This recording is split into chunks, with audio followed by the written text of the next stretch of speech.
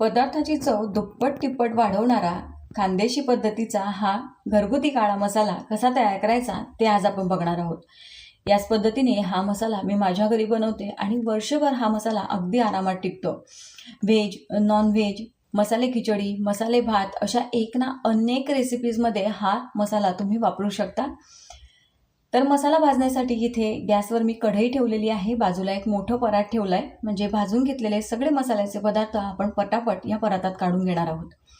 सर्वात आधी इथे मी काळी मिरी घेतलेली आहे 30 ग्रॅम।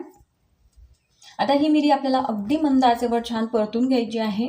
मसाले भाजत असताना गॅसची फ्लेम कुठेही वाढवायची नाही, मसाल्यांमधलं फक्त जे मॉइश्चर आहे ते आपल्याला काढून घ्यायचं आहे। खूप जास्त हे मसाले काळे करपट करायचे नाही। आता मिरी भाजून झाली आहे, मी काढून घेतली। त्यानंतर इथे लवंग घेतलेले आहेत 30 ग्रॅम। हे लवंग सुद्धा अगदी मंद आचेवर छान परतून घेणार आहोत। मसाले थोडे असे परतून घेतल्यामुळे ते छान गरम होतात आणि अगदी बारीक असे दळले जातात, शिवाय हा मसाला दीर्घकाळ टिकण्यासाठी सुद्धा मदत होते।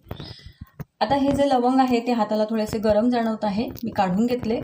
मसाल्याचा अजिबात रंग बदलू द्यायचा नाही, त्याची जी चव आहे, जो सुगंध आहे तो कायम राहायला हवा। आता इथे मी मसाला वेलची घेतलेली आहे 10 ग्रॅम। वेलची फोडून घेणार आहे इथे, म्हणजे व्यवस्थित ती भाजली जाईल। तर इथे मसाले भाजत असताना मी जराही तेलाचा वापर केलेला नाही। तेल न वापरताना ड्राय रोस्ट आपल्याला हे मसाले करायचे आहे। जर ऊन असेल तर उन्हामध्ये 1-1.5 तास मस्त हे मसाले तुम्ही गरम करून घ्या आणि लगेच न भाजता दळून घेतले तरी चालतील। आता इथे मी वेलदोडे घेतलेले आहेत 10 ग्रॅम। हे सुद्धा अगदी मंद आचेवर छान परतून घेऊया। त्यानंतर इथे मी 40 ग्रॅम चक्रफूल घेतलेला आहे, तर हे सुद्धा आपण छान भाजून घेणार आहोत।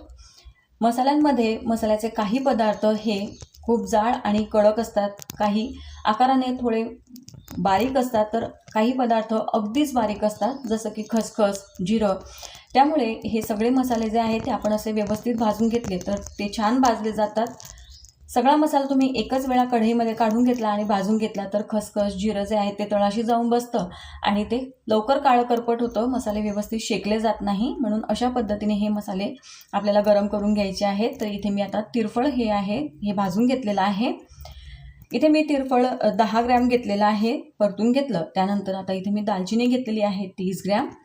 दालचिनीचे थोडे तुकडे करून घेऊ, म्हणजे ती व्यवस्थित परतली जाईल। मसाल्यांचं जे काही प्रमाण आहे ते तुम्ही इथे स्क्रीनवर सुद्धा बघू शकता आणि अगदी डिटेल मी डिस्क्रिप्शन बॉक्समध्ये देणार आहे। त्यामुळे सांगितलेल्या प्रमाणामध्ये जर हा मसाला तुम्ही घेतला आणि व्यवस्थित बनवला तर छान तयार होतो, अगदी मस्त असा सुगंधी मसाला तयार होतो। शिवाय पदार्थाची जी चव आहे ती नक्कीच अशी छान वाढते। आता इथे मी जावित्री घेतलेली आहे 10 ग्रॅम। ही सुद्धा व्यवस्थित परतून घेऊया।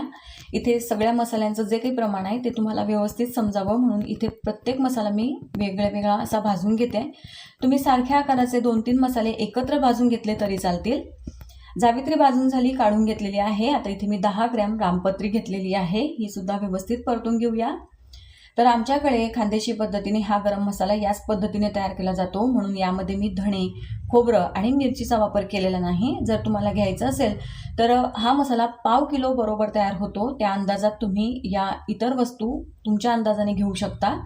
आता इथे मी शहाजिरं घेतलेला आहे 50 ग्रॅम, हे सुद्धा छान परतून घेऊया। तर अशा पद्धतीने हा मस्त असा गरम मसाला बनून तयार होतो। हा मसाला तुम्ही कुठल्याही व्हेज नॉन व्हेजमध्ये वापरू शकता। आता इथे खसखस घेतलेली आहे 10 ग्रॅम, ही सुद्धा अगदी मंद आचेवर छान भाजून घेणार आहे। हा मसाला तुम्ही खानदेशी पद्धतीने तयार केल्या जाणाऱ्या घोटलेल्या वांग्याच्या भाजीमध्ये, घोटलेल्या गंगाफळाच्या भाजीमध्ये, शेवभाजीसाठी, मिक्स भाजीसाठी, मटण, चिकन, अंडा करी, डाळ गंडोरी, मसाले भात, मसाले खिचडी किंवा इतरही भाज्यांमध्ये हा मसाला तुम्ही वापरू शकता। खूप छान असा सुगंधी आणि चविष्ट मसाला बनून तयार होतो। खसखस भाजून घेतल्यानंतर इथे मी आता तमालपत्राचे तुकडे करून घेतलेले आहे। तमालपत्र 5 ग्रॅम घेतलेलं आहे। तुकडे करून घेतल्यामुळे ते व्यवस्थित भाजले जातात। आता इथे तमालपत्र सुद्धा छान मी परतून घेतलेलं आहे। इथे मी सुंठ घेतलेली आहे 5 ग्रॅम। सुंठ फोडून घेतलेली आहे, म्हणजे ती व्यवस्थित छान गरम होईल, शेकली जाईल। त्यानंतर इथे मी जायफळ घेतलेला आहे 1 नग। पूर्ण 1 अख्खं जायफळ घेतलेलं आहे, साधारण 5 ग्रॅमच्या आसपास असं हे जायफळ आहे। आता हे जायफळसुद्धा इथे मी फोडून घेतलेलं आहे. व्यवस्थित फोडून घेतल्यामुळे ते छान शेकलं जाईल. थोडे मसाले असे शेकून घेतल्यामुळे त्यातलं जे आहे ते मॉइश्चर ते निघून जातं आणि मसाले अगदी बारीक मस्त आपले दळले जातात. शिवाय मसाला दीर्घकाळ टिकण्यासाठी मदत होते. सगळे मसाले या पद्धतीने परतून घेतले, गरम करून घेतले आणि आता हे पूर्णपणे गार झाल्यानंतर मिक्सरमध्ये आपण दळून घेणार आहोत. मिक्सरमध्ये बारीक करत असताना जे आकाराने थोडे कडक मोठ्या आकाराचे आहेत ते आधी बारीक करून घ्या. म्हणजे चक्रफूल आहे, दालचिनी आहे, सुंठ आहे, जायफळ आहे, असे जे काही पदार्थ आहेत ते आधी मिक्सरमध्ये आपण बारीक करून घेणार आहोत. या पद्धतीने हा सगळा मसाला मिक्सरमध्ये अगदी बारीक करून घेऊ. आणि आता मसाला बारीक करून घेतलेला आहे. इथे एक बारीक अशी चाळणी मी घेतलेली आहे, खाली परात ठेवलेला आहे. चाळणीवरून मसाला अगदी व्यवस्थित आपण असा चाळून घेणार आहोत. म्हणजे यातला जो काही जाडसर भाग असेल तो वेगळा होईल आणि अगदी मस्त असा बारीक आपल्याला मसाला तयार मिळेल. तुम्ही बघू शकता थोडा वेळ मसाला असा गरम करून भाजून घेतल्यामुळे आपला मसाला जो आहे तो फाईन असा बारीक झाला आहे. खूप जास्त असा जाडसर भाग इथे निघालेला नाही. अगदी रेडीमेड मसाल्यासारखा हा मस्त असा घरगुती पद्धतीने गरम मसाला बनवून तयार झाला आहे. आता हा मसाला छान असा हाताने आपण मिक्स करून घेणार आहोत. तयार झालेला हा मसाला कुठल्याही हवाबंद डब्यामध्ये किंवा काचेच्या बरणीमध्ये भरून ठेवा. ओला हात, ओला चमचा जाणार नाही याची मात्र पूर्ण काळजी घ्या. हा मसाला वापरून तुम्ही व्हेज, नॉन व्हेज, मसाले भात, मसाले खिचडी अशा एक ना अनेक भाज्या बनवू शकता.